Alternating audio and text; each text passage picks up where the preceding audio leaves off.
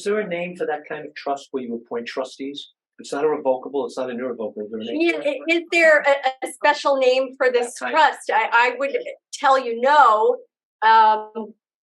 The trust should be judged based on all of the little ingredients in it, all of the little provisions. I could call it a Medicaid qualifying trust, but if the provisions are a disaster, it's no Medicaid qualifying trust. And the example that I use in my book, Love and Money, protecting yourself from angry exes, wacky relatives, con artists, and inner demons.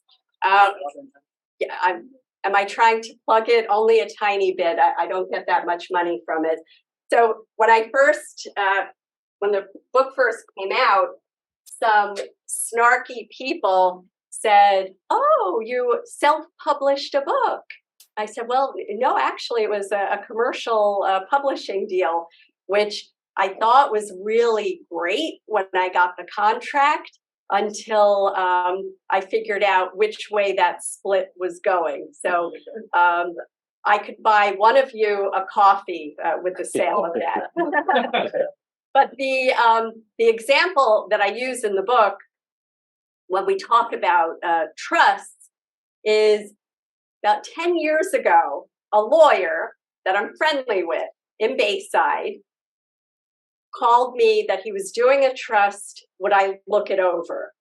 So, okay, happy to look it over. I'm a frustrated teacher at heart, and I take the trust home, and I'm on the couch, and it was the legal document equivalent of like a Freddy Krueger movie. It was like crazy, the blank he had in there. He's referring to provisions of the Internal Revenue Code that were repealed in the 70s.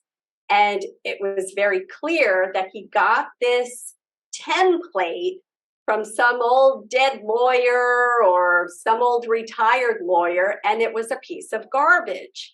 Now, I'm in this like Dear Abby dilemma. I'm like, oh, what do? I don't want to like insult him. Oh my God. So the following Monday, I said, I need some more information about your client to be able to, tell you about the trust. Should he have given me any info about his client? No. But he faxed over to my office all of their account statements, deeds, social security numbers. So I cobbled together like a better trust. And I said to him, and I think this was like a male-female dynamic.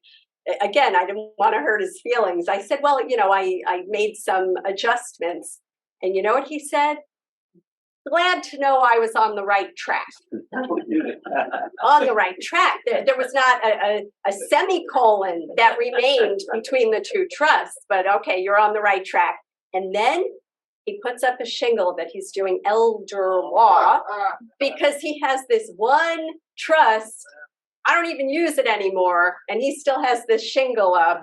And I say to my husband, it's like a broken clock, right? Maybe that trust will be okay, for 1 out of the 50 people who come in and get it from him.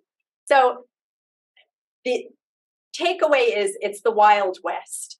No matter how great your attorney seems, and this guy is beautiful, beautifully dressed, he's articulate. I would think he knows what the hell he's talking about. But when it comes to the trust, he didn't. Hopefully, he's gotten some continuing education between then and now.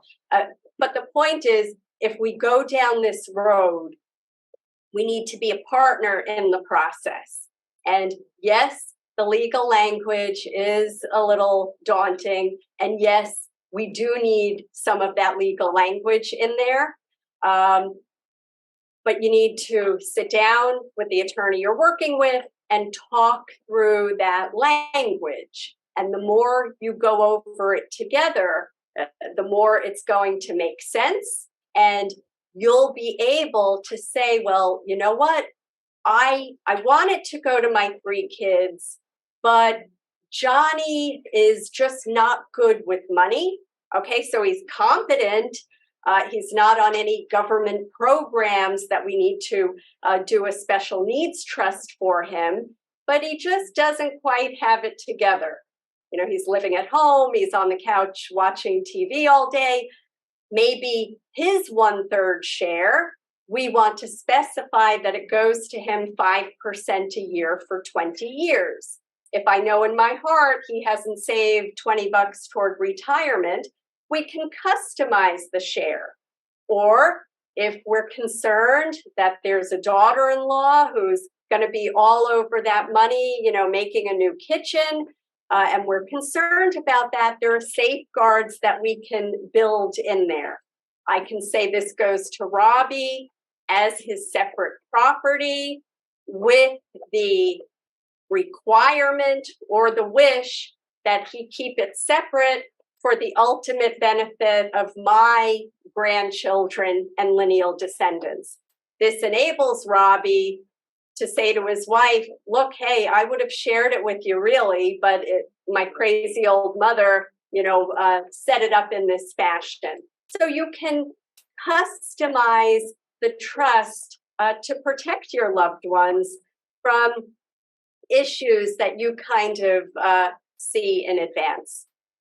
Yeah. So, you know, listening when I'm listening now, it's best to go straight to a trust than to just have a will. Well, again, if the choice is between nothing and doing a will, I'm going to say do a will. And rather than have nothing, don't let the perfect get in the way of the good. But if we have, you know, any thoughts about protecting the assets from taxes, from, you know, human nature, from liabilities, crazy tenants, yeah, then we need a trust. Yes. So can I do a trust on a home if I still have a mortgage or want to refinance or invest? Yeah. Okay. So if we have mortgaged property, it goes into the trust with the monkey on its back, right? And you're still personally liable on the mortgage, and the mortgage still runs with the property. So you're not doing a title search when you put it into the trust. You know very well what the situation is. And there was a bill from a law from 1987 called the Garn-St. Germain Act, which says a bank cannot enforce a mortgage acceleration clause if the borrower transferred it to a trust for family estate planning. You know, you're not doing it as a fraudulent conveyance to try and get out of the mortgage. So yeah, I would not wait till the mortgage is paid off. Yeah. As long as they're current on the payments, right? As long as they're current on the payments. And this is an example of a lot of people ask the bank, can I do this? And what does the 27-year-old on the other side of that question say? No. So you just do it. You're allowed to do it. You have to notify the bank. I would not notify the bank. It doesn't become an issue.